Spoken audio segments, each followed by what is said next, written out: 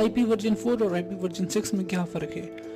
IP version 4 32 bit address होता है जो कि 4 हिस्सों में तकसीम होता है। हर हिस्से को ऑक्टेट कहा जाता है और हर हिस्सा 8 बिट का होता है।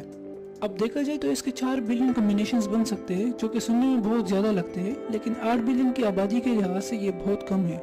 इस चीज़ पर काबू पाने के लिए हमारे पास आता है IP वर्जन 6 जो कि तकरीबन 128 बिट एड्रेस होता है और जिसमें 8 हिस्सों के कम्बिनेशन बन सकते हैं और हर हिस्से में 16 बिट होते हैं। अगर इसके कम्बिनेशंस की बात करें तो तकरीबन 340 अनडिफाइंड कम्बिनेशंस बन सकते हैं।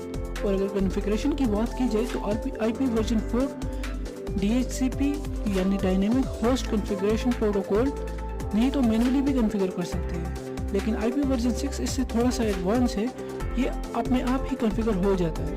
IP वर्जन 6 भी ऑटो कॉन्फ़िगर हो सकता है, लेकिन ये एक अलग ही तरीका है। आमतौर पर ये क्लासेस करते हैं, जिससे क्लास A, B